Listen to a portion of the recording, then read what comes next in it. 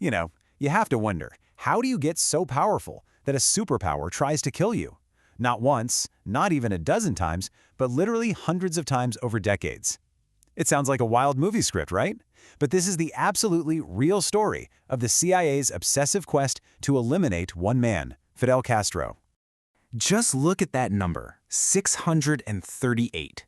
Let that sink in for a second. According to the documents, that's how many times the Central Intelligence Agency, one of the most powerful spy agencies in the world, tried to assassinate a single person. So that brings us to the big question, the one that must have kept US presidents up at night for half a century. How did he survive all of it? Was it just incredible luck, or was there something much, much bigger going on? Well, let's get into it. To really get why the CIA became so fixated, we have to rewind the clock. We're going back to the height of the Cold War, a time when the small island suddenly became the biggest threat in America's own backyard. Okay, so here's the timeline.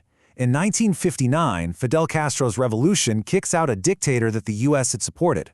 But the real panic in Washington started when Castro, whose island is just a stone's throw from Florida, decided to become best friends with America's #1 enemy, the Soviet Union. A communist outpost that close to home? No way. That was completely unthinkable. So, on November 30th, 1961, President John F. Kennedy gave the go-ahead for a secret war. And this secret war had a name, Operation Mongoose. This thing was a massive, top-secret, high-budget program, and it was personally overseen by the president's own brother, Attorney General Robert F. Kennedy. The goal was simple, and it was brutal. Get rid of Castro, by any means necessary. So, the CIA's first attempts, they felt like they were pulled right out of a gangster movie. And, well, there's a pretty good reason for that. This led to one of the strangest partnerships you can imagine. The CIA didn't want its own fingerprints on this, so they basically outsourced the hit. They hired an ex-FBI agent who then went and offered a huge bounty to the American mafia. And the mob? They were all in.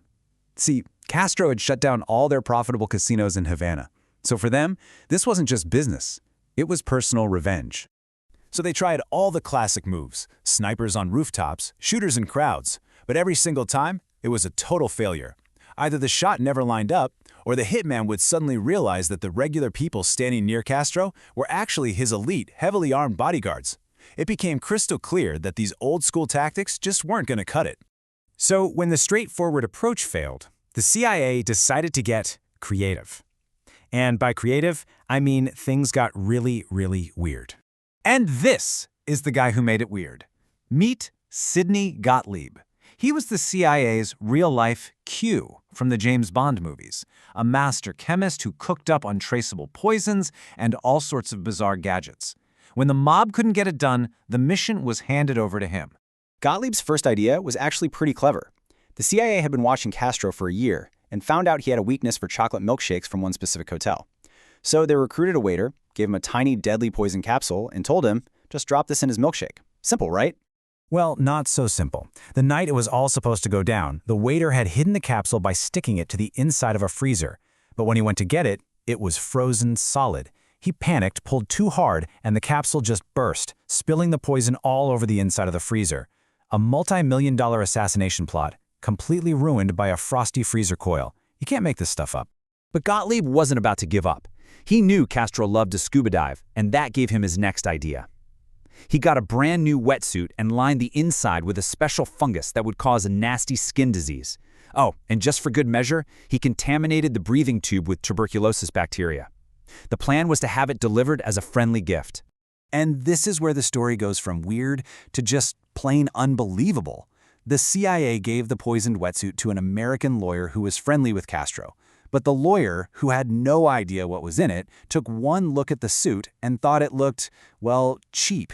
He figured it wasn't a good enough gift for a head of state, so he threw the poisoned one away and bought a much nicer and totally harmless one himself. You know, maybe the most intense attempt involved his own girlfriend, Marita Lorenz, who the CIA had turned into an assassin. But somehow Castro knew. In this crazy cinematic moment, he supposedly pulled out his own pistol, handed it to her, and just said, "You can't kill me. Nobody can." And she couldn't go through with it. At this point, after so many bizarre failures, the CIA decided to switch things up. They made a huge change in strategy. If they couldn't kill Castro's body, maybe, Maybe they could kill his reputation. But first, they had one last gadget up their sleeve, and this is probably the most famous one of all, the exploding cigar. Gottlieb's team took one of Castro's favorite cigars and packed it with enough explosives to literally blow his head off. The plan was to sneak it into his personal cigar box. The plan seemed foolproof, except for one tiny, massive problem. The CIA agent they trusted to plant the cigar, he was actually a double agent, working for Cuban intelligence the whole time. So instead of putting it on Castro's desk, he walked it right over to Castro's security team. And that pretty much marked the end of Plan A. The focus shifted completely. Plan B was all about character assassination. The new goal wasn't to kill him anymore, but to make him look weak or crazy or foolish to the Cuban people, hoping they would be the ones to overthrow him. And the ideas for Plan B were just as wild as you'd expect. One was to put a special powder in his boots that would make his iconic beard fall out.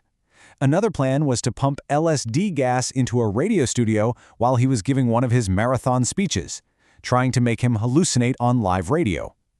But in the end, both of these plots were seen as too risky and were scrapped before they even got off the ground. Okay, so after all of this, the mob hitman, the poison milkshakes, the psychological warfare, we have to come back to that one central question.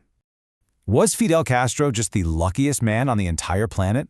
I mean, did he really survive all of this because of a sticky freezer and a cheap wetsuit? The real answer is actually way more impressive than that. Here's the truth. Castro didn't survive because the CIA was incompetent. He survived because his own counterintelligence operation was absolutely brilliant. He had a security team that was like a fortress. He had a spy network that was always one step ahead. And most importantly, he had double agents planted deep inside the CIA itself. With the full help of the Soviet KGB, he wasn't just dodging assassination attempts. He was actively dismantling them before they even got close. So it really leaves you with one final thought, doesn't it? For decades, the world's most powerful nation hunted one man on this tiny island. But when you realize that he knew they were coming, almost every single time, you really have to ask yourself, who was actually hunting whom?